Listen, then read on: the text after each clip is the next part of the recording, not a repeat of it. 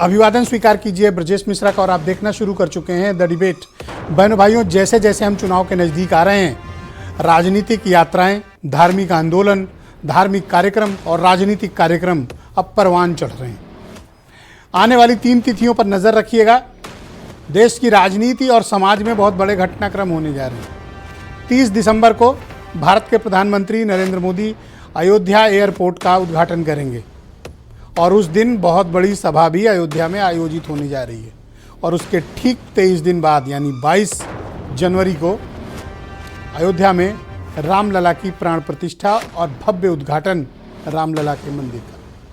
लेकिन उसके ठीक 7 दिन पहले, एक हफ्ते पहले 15 जनवरी से विपक्ष का सबसे बड़ा चेहरा राहुल गांधी नॉर्थ ईस्ट में मणिपुर से 14 राज्यों के 85 जिले की 6200 किलोमीटर की यात्रा करते हुए निकलेंगे। किधर के लिए? मुंबई के लिए, उत्तर प्रदेश होते हुए मणिपुर से मुंबई, तारीख 15 जनवरी, तब तक 20 मार्च तक। इधर 30 दिसंबर,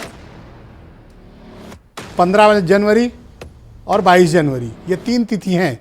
ये भारत की राजनीति को और समाज को रीडिफाइंड करने वाली तारीखें हैं। ये तारीखें हमेशा याद रखी जाएंगी क्योंकि इसका सीधा मंतव्य 2024 में मार्च के दूसरे हफ्ते या पहले हफ्ते में घोषित होने वाले आम चुनाव से ताल्लुक़ रखती है। बहनों भाइयों, राजनीति में या समाज में कोई काम यूं ही नहीं होता। हर यात्रा का और हर परिक्रमा का कोई ना कोई राजनीतिक निहितार्थ होता है।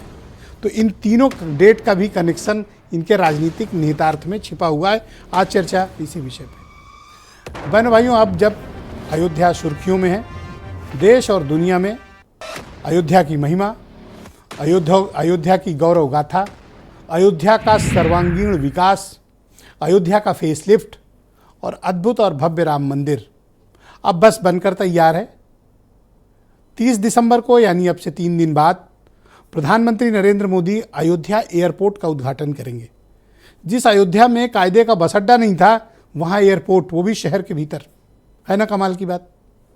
बेहतरीन एयरपोर्ट, बेहतरीन रेलवे स्टेशन, इंफ्रास्ट्रक्चर की तमाम आधुनिक सुविधाएं। और मैं तो बल्कि कहता हूं, जो लोग अयोध्या में रहते हैं वो अपने ही शहर की गलियों को पहचान नहीं पा रहे। उनको अकेले छोड़ दिया जाए तो भटक जाएंगे, क्योंकि पहले जो इमारतें थीं, पहले का जो सड़कें थीं, पूरी तरह से परिवर्तित हो गई हैं। अगर 1 आध साल पहले कोई अयोध्या गया हो और उसको छोड़ दिया जाए, पहुंच नहीं पाएगा। इतना बदलाव व्यापक स्तर पर एक शहर में हो गया, ये अपने आप में अद्भुत है। सिर्फ राम मंदिर का निर्माण नहीं हो रहा, पूरा एक शहर का फेसलिफ्ट हुआ है। 30,000 करोड़ की परियोजनाएं एक शहर में 10 वर्ग किलोमीटर के एरिया में हो रही हो। आप कल्पना कर सकते हैं कि आने वाले 1-2 वर्ष में अयोध्या क्या बनने जा रहा है। एक बेहद खूबसूरत इंटरनेशनल डेस्टिनेशन, हिंदुओं के लिए पवित्रतम स्थानों में से एक। लिहाजा आने वाले वक्त में अयोध्या का जो धार्मिक आकर्षण है, बहुत विराट रूप से बढ़ने वाला है। अयोध्या सिर्फ भारत में नहीं, दुनिया भर में जानी जाएगी। अभी तो 3 फ्लाइट कनेक्ट हो रही हैं, दिल्ली, मुंबई, अहमदाबाद। आने वाले दिनों में और होंगी। क्यों? क्योंकि वहाँ बोइंग 320 तक उतारे जा सकते हैं। बोइंग उतारा जा सकता है, एयरबस 320 उतारी जा सकती है। यानी बड़े क्राफ्ट, कमर्शियल क्राफ्ट जो भारत में डोमेस्टिक यूज़ में है, वो सब वहाँ लैंड कर सकते हैं। यानी हवाई मार्ग से आप आसानी से पहुँचिए, रेलवे से पहुँचिए, एक्सप्रेस वे, 4 लेन रोड्स, हाईवेज तो खूब बनाए गए हैं। अयोध्या का जो धार्मिक महत्व है, उसके साथ उसका राजनीतिक महत्व भी है। 1950 से शुरू हुआ ये मसला सुलझा कब? 2024 में 22 जनवरी को। 1950 से सफ़र शुरू हुआ 2024 में। ऑफिशियली भारत की जनता को हैंडओवर होने जा रहा है रामलला का भव्य मंदिर और उसके साथ एयरपोर्ट। बहनों भाइयों, एयरपोर्ट किसी भी शहर में बनता है, उस शहर की किस्मत ही बदल जाती है। मैं इसको आर्थिक दृष्टिकोण से देखता हूँ। धार्मिक दृष्टिकोण तो है ही अयोध्या के साथ, लेकिन एयरपोर्ट जहाँ जिन जिन शहरों में ऑपरेशनल हुआ, वहाँ की इकोनॉमी बदल गई। आप किसी भी शहर को उठाकर देखें, किसी भी शहर की प्रगति का सबसे बड़ा सूचक एयरपोर्ट होता है। और अगर ऑपरेशनल एयरपोर्ट है, कनेक्टिविटी अच्छी है, पैसेंजर्स मिल रहे हैं, उस पूरे के पूरे शहर और आसपास के इलाके की तस्वीर बदल जाती है। आप सोचिए कि मुंबई से अयोध्या 2 घंटे, दिल्ली से अयोध्या 1 घंटे, अहमदाबाद से अयोध्या 1 घंटे 20 मिनट, दूरियां घट रही हैं। अयोध्या का धार्मिक, सामाजिक, राजनीतिक आकर्षण तो है ही। अब जो इस काम कर रहे हैं उनको इसका राजनीतिक लाभ मिलेगा और लेना भी चाहिए, क्योंकि पॉलिटिकल पार्टी कोई धर्मार्थ ट्रस्ट तो है नहीं। राजनीतिक दल हर काम वोट के लिए करते हैं, हर कोई करता है, इसमें कोई गलत नहीं है। अब चलिए राहुल गांधी जो करने जा रहे हैं, 15 जनवरी मणिपुर से यात्रा शुरू करेंगे और ये भारत जोड़ो यात्रा पार्ट 2 है, जिसको उन्होंने न्याय यात्रा का नाम दिया है। इसमें पिछली बार से 2 गुना ज़्यादा लंबाई है। कहाँ मणिपुर, कहाँ मुंबई, 14 स्टेट के 85 डिस्ट्रिक्ट शामिल हैं और 6200 किलोमीटर की यात्रा है। और ये कब शुरू होगी? 15 जनवरी से चलेगी। कब तक? 20 मार्च तक। 20 मार्च मतलब तब तक आचार संहिता आ चुकी होगी। आचार संहिता मैक्सिमम कब तक आ जाएगी? 10 मार्च के पहले तक। और ये यात्रा कब समाप्त हो रही है? 20 मार्च को। कनेक्ट करने की जरूरत है। 30 दिसंबर, 15 जनवरी, फिर 22 जनवरी, जिस दिन भव्य उद्घाटन होगा। यानी आने वाले दिनों में ये जो 15-20 दिन, 25 दिन हैं, ये रिडिफाइंड करने वाले हैं इंडियन पॉलिटिक्स को, इसलिए इस पर नजर रखने की जरूरत है। कुछ बयान सुनिए आप। माननीय प्रधानमंत्री जी ने एक विचार दिया कि रामनवमी के दिन दोपहर को 12 बजे सूर्य की किरणें भगवान के ललाट को प्रकाशित करेंगे। राम सूर्य वंश में पैदा हुए, तो सूर्य अपने वंश में उत्पन्न राम को तिलक लगा रहे हैं। उसका नाम ही रखा है, प्रोजेक्ट का नाम सूर्य तिलक। जो सारा काम है ट्रस्ट उसका संचालन कर रहा है। ये लोग वो लोग हैं जो नहीं चाहते थे कि अयोध्या में भगवान राम जन्म स्थान पर भगवान राम का मंदिर बने। इन्होंने भगवान राम के अस्तित्व को ही नकार दिया था। इन्होंने हमेशा न्यायालय में इनके लोगों के द्वारा अवरोध उत्पन्न किए गए कि माने न्यायालय से कोई आदेश ना हो। तो ये सब चीज़ें जनता सब जानती है। और अब ये बगुला भगत बनने की कोशिश कर रहे हैं विपक्ष के लोग। भगवान सबके हैं, आस्था का विषय है, हमारी आस्था का विषय है, लेकिन राजनीतिक आस्था उनकी है, हमारी नहीं है। तो मेरा मानना है और मेरा समझना है कि हम सबको अपने हृदय में, अपने अंदर को जो राम जी के स्वभाव है उनको अपनाना है, उनको ग्रहण करना है। और इस तरह की टिप्पणियां करके यह उनका चरित्र को दर्शाता है। क्या 22 जनवरी को आप जाएंगे अयोध्या? अगर निमंत्रण आएगा तो जाएंगे। निमंत्रण रामलला ट्रस्ट की तरफ से, और अगर नहीं आएगा तो भी जाएंगे, बाद में जाएंगे। बहनों भाइयों, पर चर्चा को आगे बढ़ाएंगे। महत्वपूर्ण चर्चा है। मेरे साथ संजय चौधरी भारतीय जनता पार्टी के प्रवक्ता हैं, महंत राजू दास मुझे अयोध्या से ज्वाइन कर रहे हैं, आसिम वकार उनके दोस्त हैं, MIM के राष्ट्रीय प्रवक्ता हैं, दीपक रंजन समाजवादी पार्टी से हैं, सुशील दुबे जाने माने पत्रकार, और आलोक चंद्र मिश्रा राष्ट्रीय हिंदू सचिव हैं हिंदू महासभा के, और वीरेंद्र सिंह जी हमारे स्टेट हेड। आप सबका बहुत शुक्रिया और मैं आपका धन्यवाद ज्ञापित करता हूं कि आप सब ने मुझे समय दिया। आपका धन्यवाद। संजय चौधरी जी, कार्यक्रम की शुरुआत मैं आपसे करना चाहता हूं और मेरा पहला प्रश्न है, तो क्या आपने तय कर लिया कि अयोध्या का खूब भरपूर राजनीतिक इस्तेमाल करेंगे? देखिए, अयोध्या का प्रश्न भारतीय जनता पार्टी के 3 बेसिक इश्यूज में शामिल था, जिसको लेकर भारतीय जनता पार्टी ने राजनीति के मैदान में जनता के सामने अपने विषयों को रखा है। और इन 3 कोर इश्यूज में से राम जन्मभूमि के मंदिर का निर्माण एक बड़ा इशू था। यही राजनीति के विरोधी दल हमसे पूछते थे कि मंदिर बनाएंगे लेकिन तारीख कब बताएंगे। उनकी इच्छा की प्रतिपूर्ति हो रही है। जनता से किए गए हम वादे को पूरा कर रहे हैं। धारा 370 का भी समापन किया है और राम मंदिर का निर्माण किया है। घोषित रूप से भारतीय जनता पार्टी के घोषणा पत्र में जनता से किया गया यह हमारा वादा था और ये वादा पूरा हो रहा है। अयोध्या में भगवान श्री राम की प्राणों की प्रतिष्ठा हो रही है और मेरे जैसे व्यक्ति के लिए, जिसने इस राम जन्मभूमि के आंदोलन में, चाहे वो मुलायम सिंह जी जब कहते थे कि कोई परिंदा भी पर नहीं मार सकता, मैं उस दिन अयोध्या में ही था और वहां पर जो हो रहा था वो अपनी आंखों से देखा है। आज उन मंदिर का निर्माण अगर मेरे सामने हो रहा है तो ये जीवन के धन्य होने सरीखा है। निश्चित रूप से एक बहुत बड़े सपने को पूरा होते देखना है। ये बिल्कुल सर, क्या राजनीतिक रूप से भी धन्य होने की प्लानिंग है सर? नहीं, क्यों नहीं। जब हमने हम तो घोषणा, मैं मना नहीं कर रहा सर, करो, मैं तो कह रहा हूं एक्सेप्ट करो बस। बिल्कुल भाई, हमने घोषणा पत्र में शामिल कर रखा है। ब्रजेश भाई, इससे बड़ी चीज क्या हो सकती है? Bharatiya Janata party BJP with A difference इसीलिए है कि 3 कोर इश्यूज में से एक इशू है। ये कोई छिपी हुई बात नहीं है, ये कोई बंद शब्दों में कहने वाली बात नहीं है। हमने अपनी सरकारों का बलिदान किया है इसके लिए। मैं तो आपकी प्रशंसा करता हूं कि छाती ठोक के आप स्वीकार तो रहे हो, बाकी लोग तो हट बच के निकल जाते हैं आपकी पार्टी में। हमारे कोर इश्यूज में से ये शामिल रहा है, कैसे हम कर सकते हैं? हमारे नेताओं ने इसके लिए जेल में जाना स्वीकार किया है। नहीं, राम जन्मभूमि का प्रश्न भारतीय जनता पार्टी के अस्मिता का सवाल है। मंदिर का निर्माण हो रहा है, गौरवशाली पल है, और मैं समझता हूं कि मेरे जैसे हजारों लाखों करोड़ों सनातन धर्म के प्रति आस्था रखने वालों के लिए जीवन का एक अद्भुत पल सामने होने वाला है, जब विश्व में अयोध्या की जो संस्कृति सर, आप है, इधर परिक्रमा कर रहे हो और उधर एक बहुत बड़ी यात्रा शुरू हो रही है, आपको थोड़ा चिंतित होने का समय आ गया है। शुभकामनाएं हैं उनको, शुभकामनाएं हैं, वो अपनी अपनी यात्रा को करें। और मुझको लगता है कि पहले जैसी यात्रा करी थी, यात्रा करने के बाद 11 राज्यों के चुनाव में से 8 राज्यों के चुनाव में वो हारे थे, ऐसी ही यात्रा आगे करते रहे। महंत राजू दास, बहुत शुक्रिया आपका। अयोध्या से मुझे महंत राजू दास जी ज्वाइन कर चुके हैं। राजू दास जी, स्वागत आपका। आप जब छोटे रहे होंगे और अयोध्या आए होंगे, तब की अयोध्या और अब की अयोध्या में क्या फर्क पाते हो आप? थोड़ा हम लोग को भी बताओ। पहले तो मैं मंगल कामना करता हूं आज की इस टीवी चैनल के डिबेट में जितने लोग बैठे हैं। हनुमान जी महाराज की आरती हो रही है, राम द्वारे तुम रखवारे होत ना आज्ञा बिन पैसारे। हनुमान जी यहाँ राजा के रूप में विराजमान है और रोज लाखों भक्तों की मनोकामना को पूर्ण करते हैं। आपने कहा कि आप जब आए होंगे तब और आज में क्या अंतर है। ब्रजेश जी, बहुत अंतर है, जमीन आसमान का अंतर है। अभी मैं सुन रहा था कुछ देर पहले, मैं अपनी बात बताता हूँ। एक दिन मैं आया और जैसे वो आपने वो नहीं देखा होगा, यूक्रेन में जो लड़ाई चल रही थी, यूक्रेन में पता ही नहीं चल रहा था कौन घर किसका है।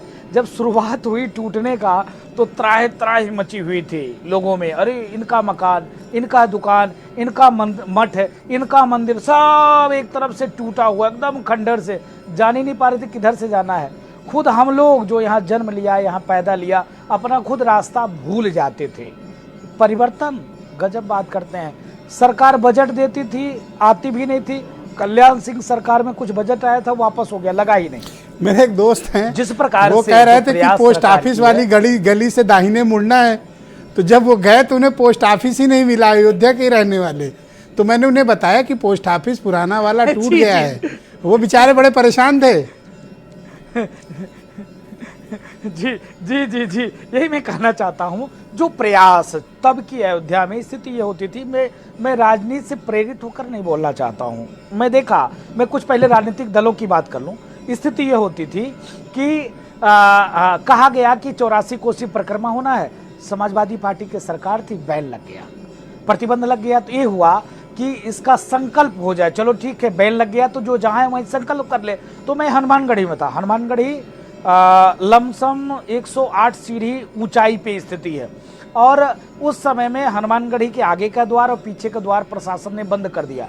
हनुमान चालीसा का उस दिन 13 का दिन था, लाख मतलब हजारों राम भक्त लाइन में खड़े थे, गेट बंद कर दिया गया। हनुमान चालीसा हम पढ़े थे, उठा ले गया। हनुमानगढ़ी के मंदिर में हनुमान चालीसा का ना पाठ हो तो कौन सा पाठ होता, उठा दे गया। उसके बाद धारा क्या मेरे ऊपर लगाया गया, क्योंकि राम जन्मभूमि का एससी बिरादर से थे तो एससी एक्ट लगा दिया गया। गजब बात करते हैं। आज देखिए अयोध्या के सामाजिक और राजनीतिक चिंतन में और अब की अयोध्या के सामाजिक राजनीतिक चिंतन में फर्क क्या है? जरा सा वक्त लेंगे ब्रजेश जी, थोड़ा सा वक्त लेंगे। आप देखिए कि कल भी योगी जी आ रहे हैं, कैबिनेट की बैठक होती है, तो राजनेताओं में इतना परिवर्तन आ गया, इतना राजनेताओं में आ गया। तब के अयोध्या और आज के अयोध्या में जमीन आसमान का फर्क है। शुरुआत करता हूं मैं नया घाट से। नया घाट में स्थिति ये होती थी कि राम की पैरी पर जब आप जाते तो एकदम गंदगी भरी रहती थी। हम लोग सामूहिक संगठन बनाकर और साफ सफाई के लिए जाया करते थे। आज वहां टिकट लग रहा है, पैसे लगते हैं क्या, तो वहां घूमने के लिए, देखने के लिए। आप देखिए, जब आप वहां से जब आगे बढ़ेंगे तो हनुमानगढ़ी का चौराहा, जब सिंगारहाट बैरियर पे, जैसे आपने कहा कि मैंने बताया था पोस्ट ऑफिस सही नहीं, घूमना था वहां से। जब आप आइए सिंगारहाट, तो सिंगारहाट बैरियर पे खड़े होइए तो वहां से डायरेक्ट हनुमानगढ़ी का गेट दिखेगा। आप जब हनुमानगढ़ी गेट पे खड़े होंगे तो वहां से सीधे दशरथ महल की गेट दिखेगा। दशरथ महल के गेट पे खड़े होंगे जैसे सीधे राम जन्मभूमि का गेट दिखेगा। हनुमानगढ़ी से लेकर, दशरथ महल से लेकर, राम जन्मभूमि से लेकर शहादतगंज तक चौड़ीकरण, गैस पाइपलाइन, वो सब तो सीवर ठीक लाइन, है, लेकिन बिजली का ये तो कनेक्शन, चीन जीन के सीन न्योता पड़े दिया हुए। जा रहा है, अपने अपनों को बुलाया जा रहा है। सबको बुला रहे थे तो आसिम वकार को भी इनवाइट जाना चाहिए। मैं निवेदन करता हूँ, आसिम वकार साहब मेरे भाई हैं, अच्छे व्यक्ति हैं। मैं ये निवेदन करता हूँ कि ना हम टोपी पहनते हैं ना किसी को टोपी पहनाते हैं। उनसे ये सवाल होना चाहिए जो खुद टोपी पहनकर टोपी पहनाते हैं। इस्लाम में मेरी आस्था नहीं है तो क्या राजू दास इस्लाम को गाली देंगे? ये कौन होते राजू दास इस्लाम को गाली देने वाले? राजू दास को इस्लाम को गाली देने का अधिकार किसने दिया? तो इनविटेशन कंट्रोल कौन लेकिन कर आज रहा है देखिए भाई? स्थिति क्या है? इनविटेशन कंट्रोल कौन कर रहा है मान जी? नहीं नहीं मैं पूछ नहीं मैं यहाँ कोई इस्लाम और हिंदुइज्म की चर्चा ही नहीं है। मैं तो कह रहा हूँ कि इनविटेशन सबको जाना चाहिए। नहीं तो मैं निवेदन करता हूँ भाई, वासिम वकार साहब इस्लाम को मानने वाले हैं, किसी मस्जिद में जाए, अल्लाह को याद करें, कामना करें कि हे अल्लाह सबका कल्याण करो, सबका मंगल हो, विश्व में शांति स्थापित हो। सनातन तो ये सिखाता सर्वे बंधु सुखना सर्वे संतो विश्व बंधुत्व के साथ, वसुदेव कुटुंबकम के साथ हम माला फेरते, आरती करने को बोलते, धर्म की जय हो, अधर्म का नाश हो, प्राणियों में सद्भाव, विश्व का कल्याण। बड़ा बदलाव आ गया महंत जी आप, वरना पहले इतना टाइम अगर आपको मिलता तो आप आग लगाते थे। अब इस समय तो आप वसुधैव कुटुंबकम की बात कर रहे हैं। ये देखिए अयोध्या में जो परिवर्तन है वो आपके हृदय में भी परिवर्तन है।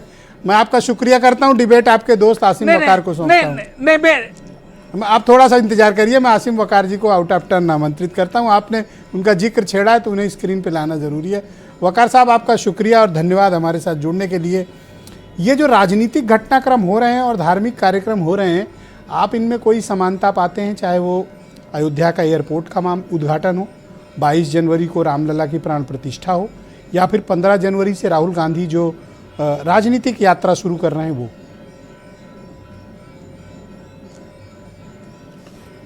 ब्रजेश भाई, वो वक्त याद कीजिए जब हम आप डिबेट में थे और मैंने उस वक्त कहीं भी जिक्र नहीं था कि राम मंदिर का इनॉग्रेशन होगा या राम मंदिर में मूर्ति की स्थापना होगी या कोई डेट। मैंने उस वक्त याद कीजिए आपको एक डेट दी थी। मैंने आपसे कहा था 15 से 25 जनवरी के बीच मंदिर का इनॉग्रेशन किया जाएगा। पूरे भारत से भक्तों को अयोध्या लाया जाएगा, फ्री बसेस चलाई जाएंगी, फ्री ट्रेनें चलाई जाएंगी। कैसे रोकेंगे ये लोग? सर मुझे यही तो अचरज है कि बीजेपी या संघ परिवार के कार्यक्रमों की विस्तृत जानकारी आपके पास रहती है। नहीं, उस वक्त भी आपने ये बात कही थी। उस वक्त जब मैंने पहली बार आपसे कहा था तो आपने कहा था कैसी बातें कर रहे हैं। हाँ ठीक बात है, तब अभी तो इत्तेफाक से संजय चौधरी थे उस डिबेट में, ये गवाही देंगे। वकार साहब सनातनी है। हाँ। जी वकार मैंने उस वक्त कहा था कि आप देखिएगा कि ये शुरुआत होगी। और देखिए मेरे लिए कोई नई बात नहीं है, मुझे पहले से ये बात जानकारी थी कि 2024 का जो चुनाव है उससे पहले ये होगा। मैंने ये भी कहा था कि 2 महीने तक लगातार ये प्रोग्राम चलेगा, पूरा भारत राममय कर दिया जाएगा। अच्छा, भगवान कृष्ण की जन्मभूमि कब बनेगा? महंत जी रनिंग कमेंट्री नो प्लीज। वकार साहब बोलिए। मैंने उस वक्त ये पूछा था कि अखिलेश जी और राहुल जी और सोनिया जी और प्रियंका जी, ये ममता जी कैसे रोकेंगे अपने लोगों को कि नहीं राम दर्शन के लिए ना जाओ। एक स्थिति ऐसी खड़ी हो जाएगी आके कि इनको भी जाना पड़ेगा सबको। नहीं तो ये क्यों रोकें लोगों को रामलला के दर्शन करने से? वो तो उनका धार्मिक अधिकार है, कर सकते हैं। आप क्यों चाहते हैं कि ममता बनर्जी, राहुल गांधी या अखिलेश यादव अपने लोगों को रोकें? मैं तो आपके इनविटेशन की सिफारिश कर रहा था। मैंने ये कहा ही नहीं था। मैंने ये नहीं कहा था कि रोकें, मैंने कहा था कैसे रोकेंगे, इनको भी जाना पड़ेगा। जी देखिए 2024 का चुनाव भारतीय जनता पार्टी ने एक बहुत अपने लिए एक टाइट रणनीति बना ली है। पूरे देश में एक मैसेज चला गया है, वो मैसेज जा रहा है। राहुल जी यात्रा शुरू करने जा रहे हैं, उनके लोगों ने उनको दिया होगा मैसेज, उनके लोगों ने उनको मशवरा दिया होगा। वो अपनी रणनीति कांग्रेस की जो उनके मशवरेकार हैं, वो मशवरेकार जिनकी वजह से सब हार जा रहे हैं, वो मशवरेकार जो कांग्रेसी नष्ट किए दे रहे हैं, उनके कहने पर बना रहे रणनीति बनाने दीजिए। आसिम वकार नहीं तो आपको क्या एतराज है? क्या आप राहुल गांधी के तो खाली देख सलाहकार बनना चाहते हैं? आप कांग्रेस को सलाहकार बनना चाहते हैं?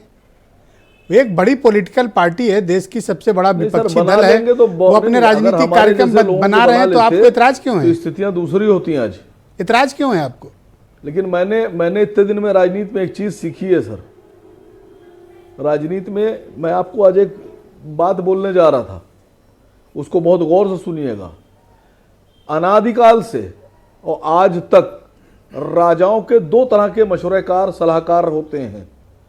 एक सलाहकार वो होता है जो राजाओं की इच्छा के अनुसार उनको मशवरा देता है, और एक सलाहकार वो होता है जो उनके हित के अनुसार उनको मशवरा देता है। ये जो आजकल के राजा है ना, ये इच्छा अनुसार मशवरेकार सर, को ये पसंद तो करते हैं। मेरी जबरदस्ती इच्छा आप है, किसी के मेरे हिसाब सलाहकार से बनने बोलो। की आपके अंदर व्यग्रता दिख रही है मुझे। क्यों? तो आप किसी को जबरन सलाह देना चाहते हो? नहीं चाहिए भाई। फिर मैंने आपसे कहा, आप हंसी मजाक से हटके जो मैंने कहा है, गंभीरता को समझिए।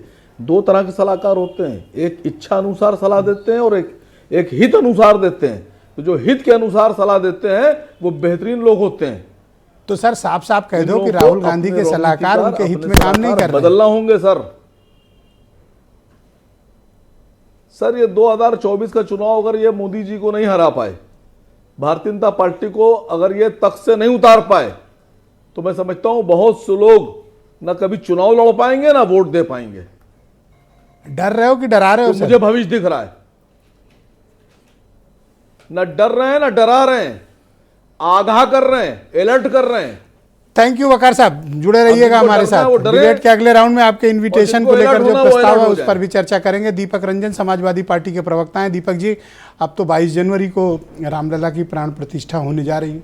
आपकी पार्टी के अध्यक्ष को और आपकी पार्टी को इन्विटेशन ज़रूर आएगा। आप लोग सम्मिलित होंगे अगर इन्विटेशन आएगा तो? देखिए ब्रजेश जी, जैसा कि हमने अपने पूर्वजों से, पुरखों से, और हम समझते हैं कि महंत राजू दास जी यहाँ पर बैठे हैं, वो ज़्यादा विस्तार से बता पाएंगे। जहाँ तक हम लोग जानते हैं, जहाँ तक हमने धर्म और सनातन में हमने पढ़ा है, तो हमने आज तक ये नहीं देखा कि आधे अधूरे निर्माण का जो है आप प्राण प्रतिष्ठा और उसका उद्घाटन करने जा रहे हैं। अभी आपने कहा कि जो मामला 1950 से लंबित था और हम माननीय न्यायालय का, सर्वोच्च न्यायालय का आभार प्रकट करना चाहते हैं, जिनके हस्तक्षेप से, जिनके फैसले की वजह से आज वहाँ पर भव्य निर्माण हो रहा है। लेकिन ऐसी जल्दी कौन सी है? तो इसका पॉलिटिकल माइलेज कौन लेना चाहता है?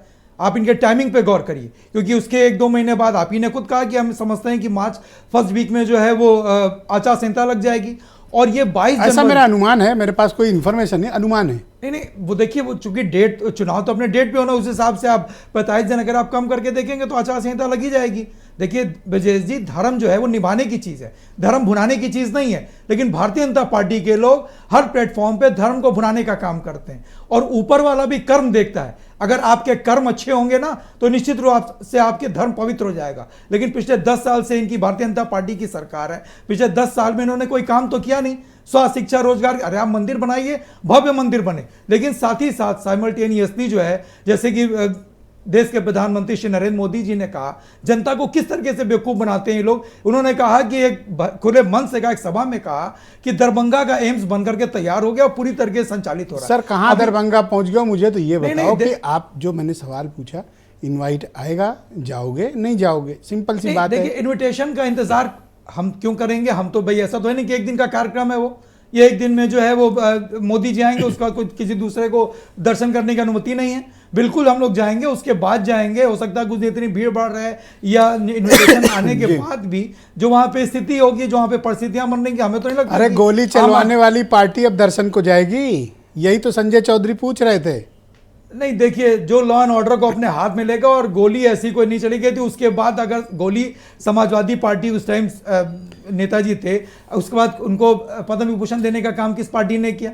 और अगर अच्छा, एक सेकंड रुको, हाँ फिर से रिपीट करो। 1992 में नहीं, ये पद्म विभूषण वाली लाइन पद्म किसने दिया? किस पार्टी ने देने का काम किया? मुझे नहीं पता, बताओ, नाम लो पार्टी का। अरे वर्तमान की पार्टी जो कौन पार्टी? केंद्र में, अरे भारतीय जनता पार्टी की सरकार, बीजेपी ने नेताजी को पद्म विभूषण दिया। और उसके बाद एक चीज और, नो क्वेश्चन, अब आप कंटिन्यू। एक चीज मैं और बताना चाहता हूं ब्रजेश जी, 1992 का ये मामला, तो 1993 में जब जनता के बीच में गए, तो उस टाइम भी समाजवादी पार्टी की सरकार बनी थी, जनता ने उस पर मुहर लगाने का काम किया था। तो अब आपको कोई ऑब्जेक्शन नहीं अयोध्या के इशू पर? आपकी पार्टी जाएगी, करेक्ट? नहीं, देखिए, सर्वोच्च न्यायालय के आदेश पर वहां पे बन रहा है, मंदिर बन रहा है, लेकिन हमें यह जरूर आपत्ति है कि जब वो पूरी तरीके से अभी उसका निर्माण कार्य पूरा नहीं हो पाया है, तो ऐसी जल्दी क्यों है? जब अरे 19 सर, एक शहर में एयरपोर्ट बन गया, कितनी बड़ी उपलब्धि है, सोचिए। अरे हम तो चाहते हैं विजय जी Achievement। कि सारे शहरों में एयरपोर्ट बन जाए, कनेक्टिविटी पैसेंजर। ऑलराइट, मैं डिबेट को आगे बढ़ाऊंगा। दिल्ली स्टूडियो से मेरे साथ आलोक चंद्र मिश्रा मौजूद हैं, हिंदू महासभा के नेशनल सेक्रेटरी हैं। मिश्रा जी, आपका स्वागत है।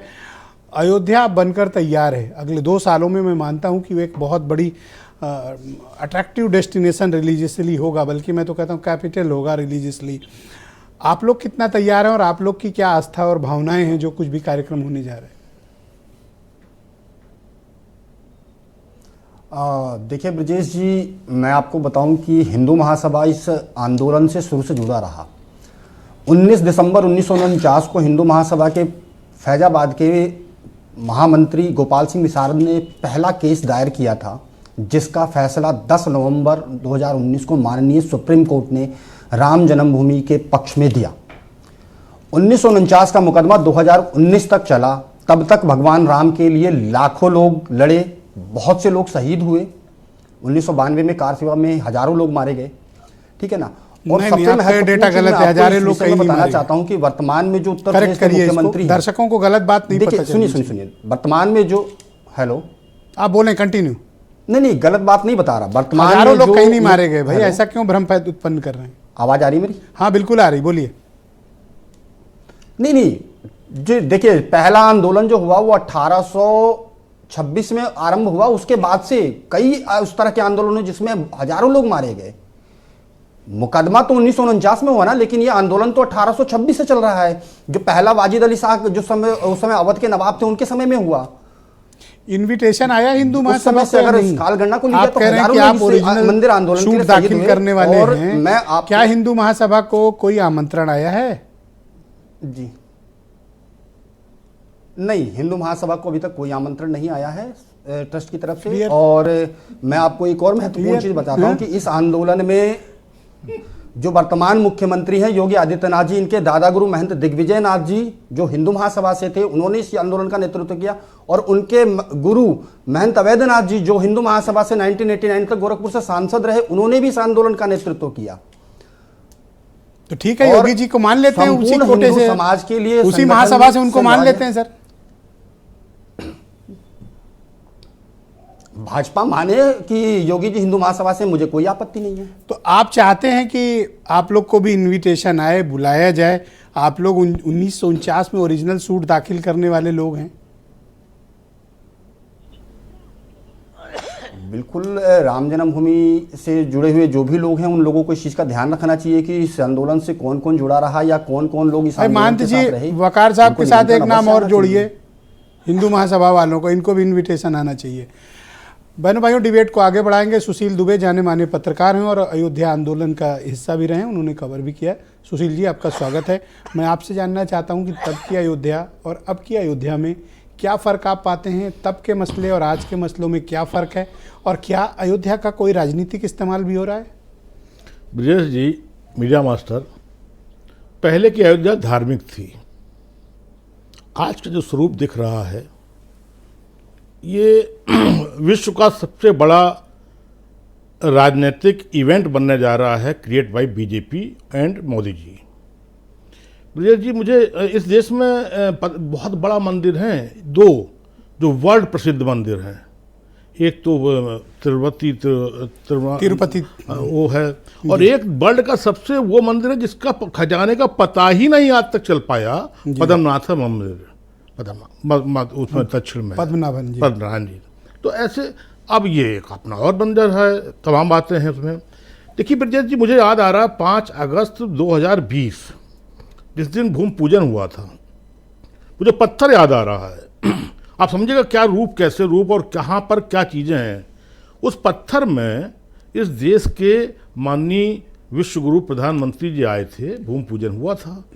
वहाँ पर योगी आदित्यनाथ जी भी थे, योगी राम जी भी थे और मोहन भागवत जी भी थे। वो पत्थर अगर निकल पाए आप तो देखिएगा, उस पत्थर पर देश के प्रधानमंत्री का नाम इतना बड़ा था कि मैंने उसमें कई कुछ लिखा, और नीचे छोटा छोटा सा नाम नीचे सपोर्टिंग में योगी जी का था और मोहन भागवत का था, जबकि तीनों लोग बड़े लोग थे। बराबर पत्थर तो एज पर प्रोटोकॉल बनेगा ना, प्राइम मिनिस्टर तो शीर्षस्थ पद होता है। नहीं था, मैंने इसीलिए आज को याद किया। 5 अगस्त 2002 प्रोटोकॉल में नहीं था पत्थर, अब आ गया ये। जब मंदिर ट्रस्ट का मुखिया प्रमुख व्यक्ति ये कह दे कि प्रधानमंत्री विष्णु का रूप है, हम विष्णु का रूप तो समझते थे, लेकिन विष्णु का रूप, भगवान विष्णु का रूप अगर अभी सही मान लेंगे तो इसका मतलब जो हमारे प्रदेश के मुख्यमंत्री योगी राम लालसन टूबो के मजदूर बन के जो रात दिन लगे हुए हैं, रात दिन क्या नहीं कर रहे हैं, तो इनका श्रेय फिर कौन ले जाएगा? तो हम ये बता रहे हैं कि क्या अभी से मानसिकता ही बनी जा रही है कि देश के प्रधानमंत्री जो उस दिन पर प्राण प्रतिष्ठा पे प्रमुख होंगे, क्या वो भगवान के रूप में होंगे या प्रधानमंत्री के रूप में होंगे या बीजेपी के सबसे बड़े विश्व के रूप में होंगे या एक बहुत बड़े इवेंट मैनेजर के प्रमुख के रूप में होंगे? कहीं ना कहीं तो ये चीज़ समझनी पड़ेगी ना।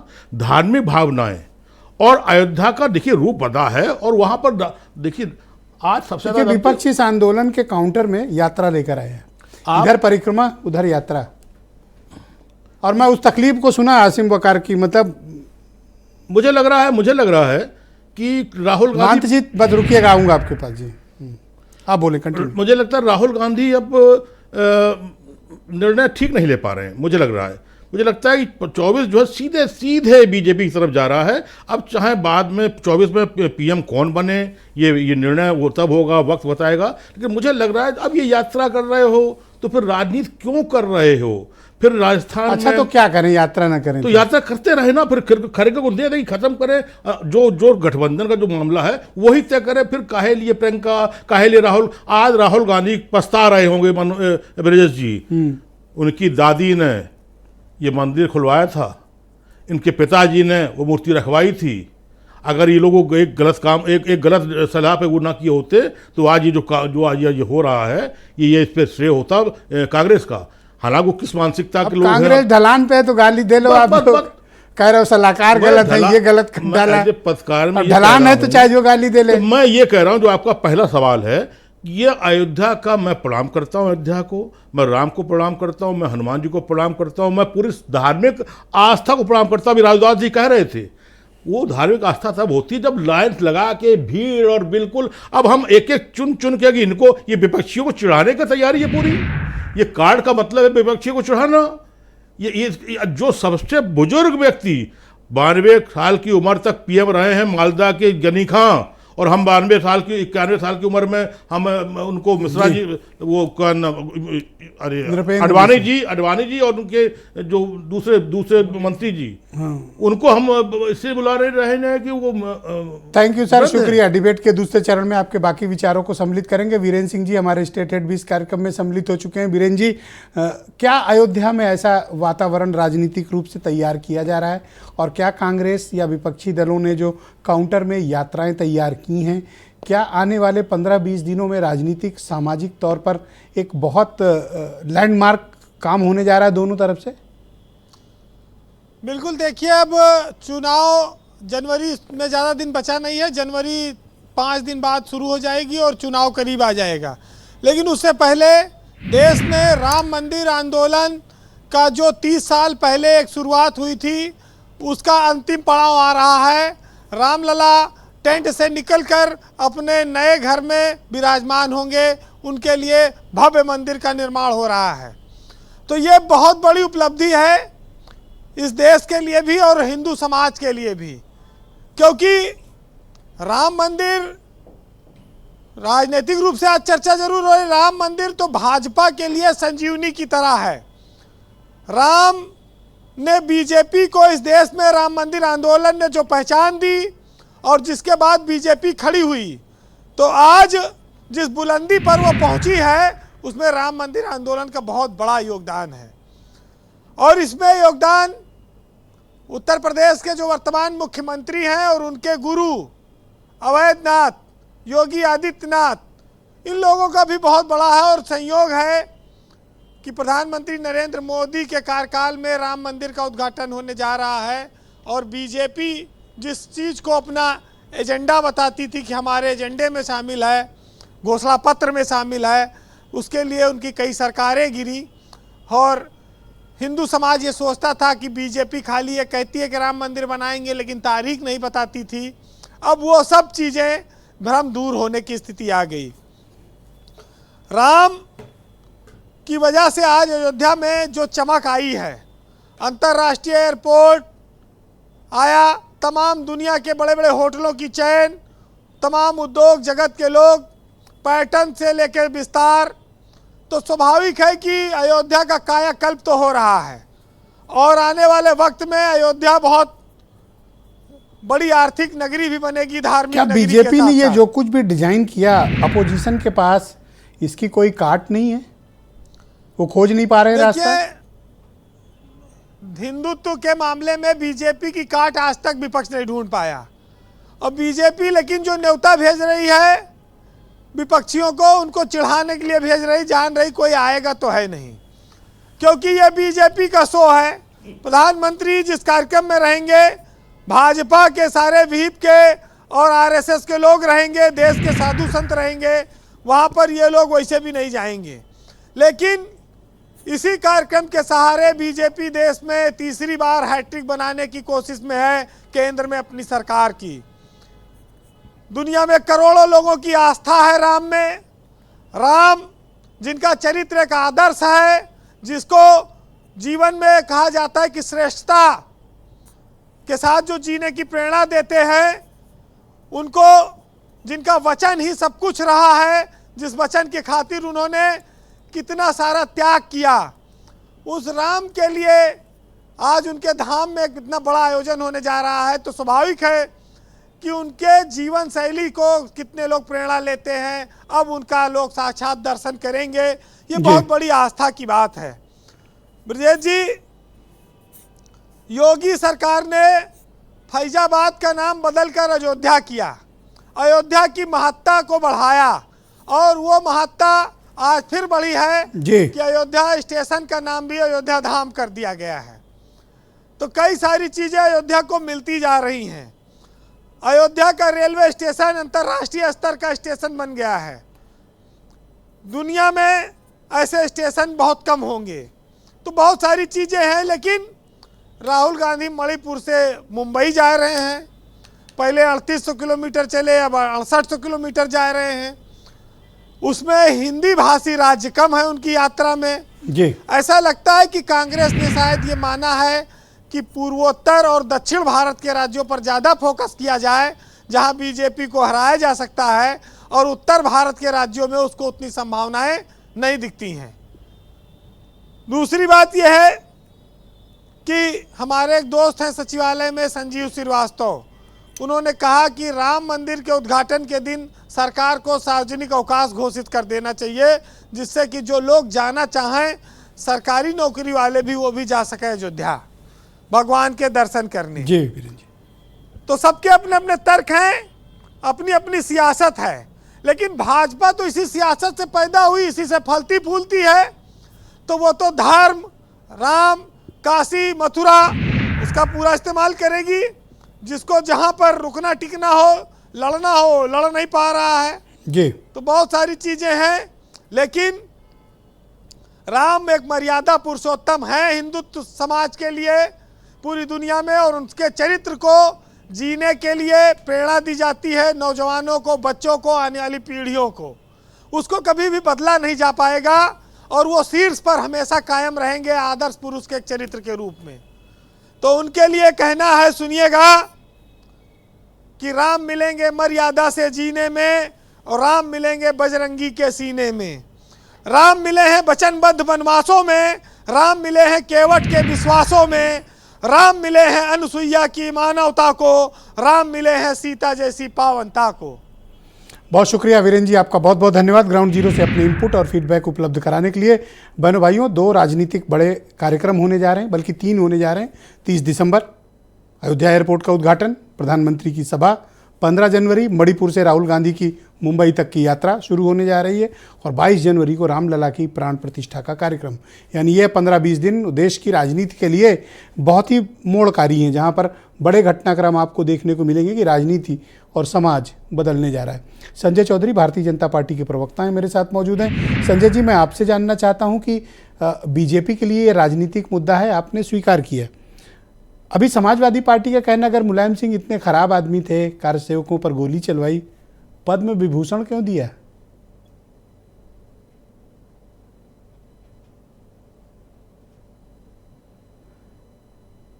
संजय चौधरी जी, आप मुझे सुन पा रहे हैं? संजय चौधरी जी तक मेरी आवाज़ नहीं पहुंच रही है। मैं महंत राजू दास को फिलहाल कनेक्ट करता हूं और उन्हें कनेक्ट करने की कोशिश करता हूं। राजू दास जी, आप कुछ कहना चाह रहे थे, बोलिए आप। नहीं, मैं निवेदन पूर्वक कहना चाह रहा हूँ। मैं भी सुन रहा था जिस प्रकार से समाजवादी पार्टी के प्रवक्ता बोल रहे थे, दुर्भाग्यपूर्ण उनकी बोली है। मैं पूछना चाहता हूँ, हनुमानगढ़ी की दूरी राम जन्मभूमि से 1 किलोमीटर, दिगंबर अखाड़ा की दूरी, शहीद गली की 1.5 किलोमीटर की दूरी और राम की पैड़ी की दूरी 2.25 किलोमीटर की दूरी। आखिर कौन सी मजबूरी आ गई कि निहत्थे राम भक्तों की सीना गोली से छलनी करना पड़ गया?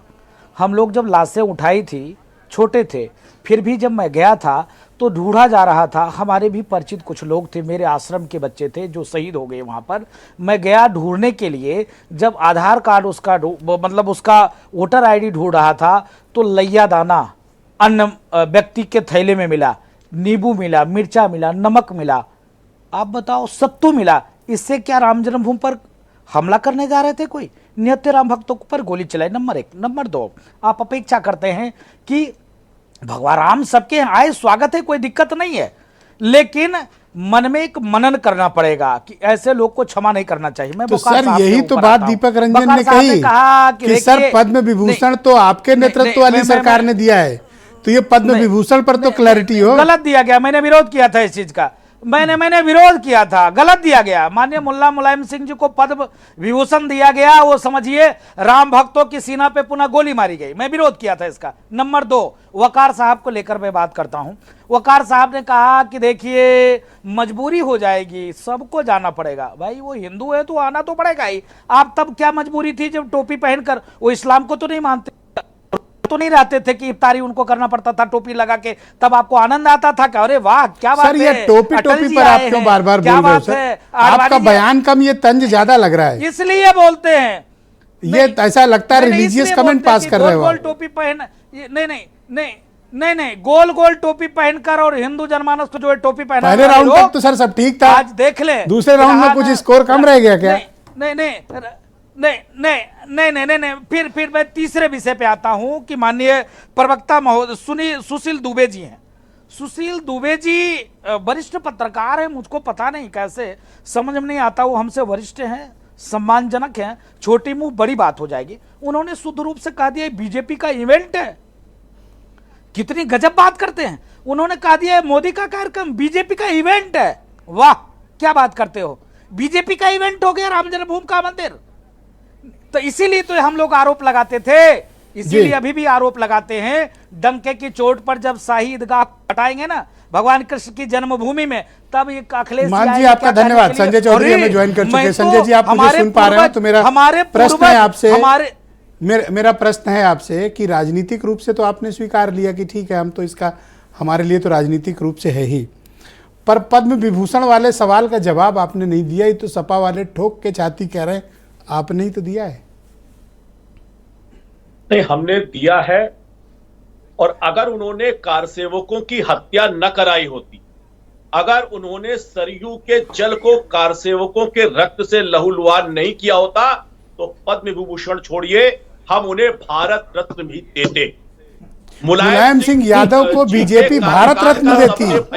अरे राजू दास जी देखो, राजू दास जी अब मैं क्या तो बोलूं भाई, राजू दास जी की भावनाएं आहत हो जाएंगी।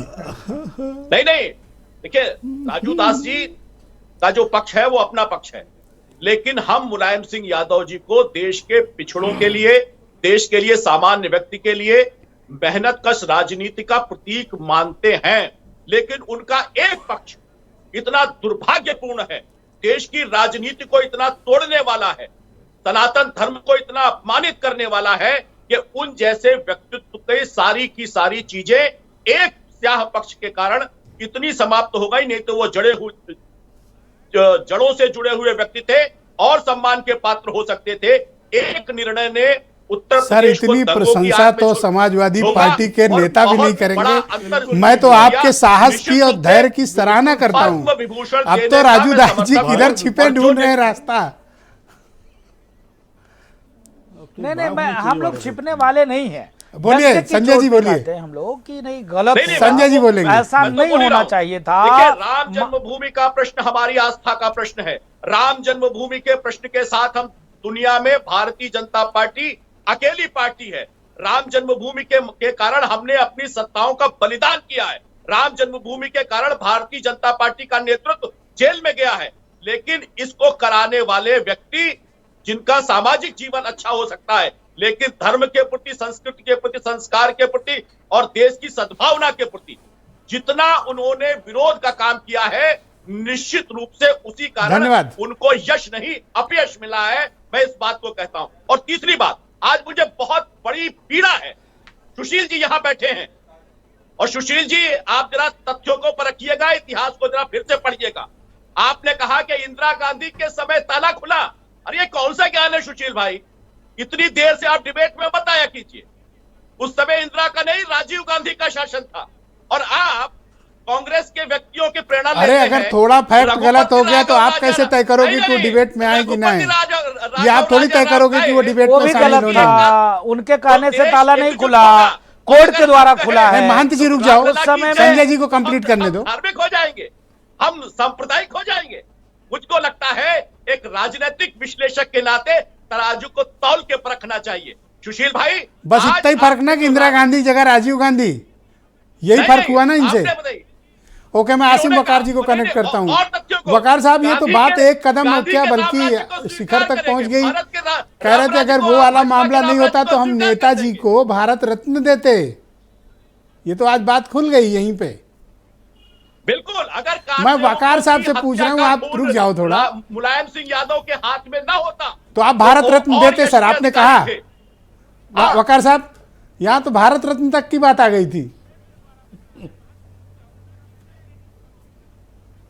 नहीं, ये कहने जा रहे थे, इनका कहने का मतलब ये है कि नेताजी ने जो गोली चलाई थी उससे कम कार सेवक मरे थे, इसलिए इन्हीं ने पद विभूषण दिया है।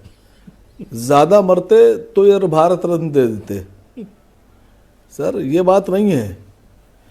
2019 तक जो चुनाव लड़ा गया, 2019 तक भारतीय जनता पार्टी की जो रणनीति थी वो थी हिंदू और मुसलमान के बीच में दरार। और 19 के बाद से जो रणनीति आई है वो है हिंदू वर्सेस हिंदू। मतलब जो भारतीय जनता पार्टी के साथ हिंदू है वो सब देशभक्त, धर्म भक्त, राम भक्त हिंदू है, और जो भारतीय जनता पार्टी के खिलाफ हिंदू है वो सब देशद्रोही, सर आप हिंदुओं की चिंता ना करो सर, सब आप खराब करो सर हिंदू चिंता। है। ये अब ये हिंदू वर्सेस हिंदू को लड़ा रहे हैं। आप समझिए बात को, मैं ज्यादा नहीं बोलूंगा। नहीं सर, मैं रिलीजियस कमेंट कहते देखिए नहीं कि ये हूं। हिंदू- जब वो गोल टोपी, जालीदार टोपी कह रहे तो मैंने टोका उनको, मना किया। ये डिबेट उसका फोरम नहीं है। बोलिए वकार साहब। देखिए बहुत परेशान है राजू दास जी। क्यों? भारतीय जनता उनको क्या पार्टी को तकलीफ देखिए, है? वो सारे हथकंडे, सारे प्लेटफॉर्म अपना लिए उन्होंने। अब योगी जी को चाहिए कि उनको टिकट दे दें। अब बस अब उनकी पराकाष्ठा जो है वो पूरी हो रही है, लवरेज हो रहा है। मिल जाएगा। अभी 24 है, सब 27 कुछ है, उन्होंने ट्राई कर फिर लिया, आगे सब कुछ मेयर का कह चुनाव होगा। लिया है। बहुत मौके हैं, और मैं यंग हैं, अभी नहीं। 40-42 साल के हैं, 30-35 साल है, राजनीति में मिल जाएगा। आप पैरवी कर रहे हो, अब तो मिल ही जाएगा, मुझे पूरा विश्वास मैं है। सिफारिश कर रहा हूं। नहीं, मुझे विश्वास है अब मिल जो जाएगा। कह सकते थे वो जो आज कह ये सकते तय हो थे, गया कि अब जहां इनको तक टिकट मिलेगा। नहीं उन्होंने अब सर नहीं राजू दास जी जो हैं उनकी मानसिकता ये नहीं है जो वो बोल रहे हैं। मैं जानता हूं उनको, वो सेकुलर आदमी है, वो सभी धर्मों का आदर करने वाले इंसान हैं। नहीं ठीक है सर, समझ गए सर। आज व्यक्तियों का आदर करने वाले दर्शक इंसान भी समझ हैं। गया है सर। लेकिन उसके बाद भी अगर वो सब बोल रहे हैं तो ये उनकी मजबूरी है सर। आप बीजेपी को चाहिए टिकट दे दें उनको।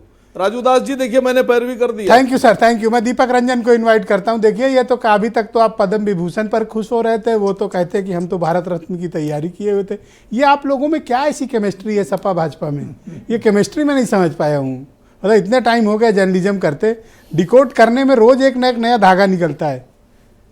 देखिए विजय जी, महंत राजू दास जी इसी तरीके से विरोध और परेशान होते रहेंगे और आने वाली सरकार आदरणीय नेताजी को भारत रत्न देने का काम करेगी। अगर ये इतने हिमायती हैं तो लाल कृष्ण आडवाणी जी जिन्होंने कार सेवकों का नेतृत्व किया था, आदरणीय मुरली मनोहर जोशी जी कहाँ हैं आज की तारीख में, वो प्रवीण तोगड़िया जी कहाँ हैं आज की तारीख में, बेचारे अशोक सिंघल जी दिवंगत हो गए। और यही भारतीय जनता पार्टी के लोगों ने कहा था कि कार सेवक जो आज जा रहे हैं, कार सेवा कर रहे हैं, इनके परिवार को जब सरकार आएगी और हम सरकार में आएंगे तो परिवार के एक लोगों को नौकरी देने का काम करेंगे।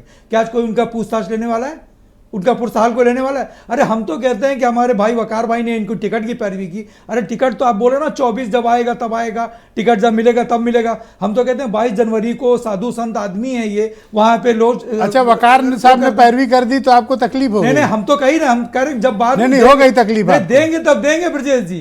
22 जनवरी को इन्हीं से उद्घाटन करा दें, प्राण प्रतिष्ठा इन्हीं से। किससे? अरे महंत राजूदास जी से करा दें। क्यों नहीं करा रहे? महंत है ये, क्या देश के प्रधानमंत्री जी महंत? काफी तकलीफ है आपको? हमें बिल्कुल तकलीफ है। राजूदास जी को करना चाहिए, सेवा करते हैं वहां पे।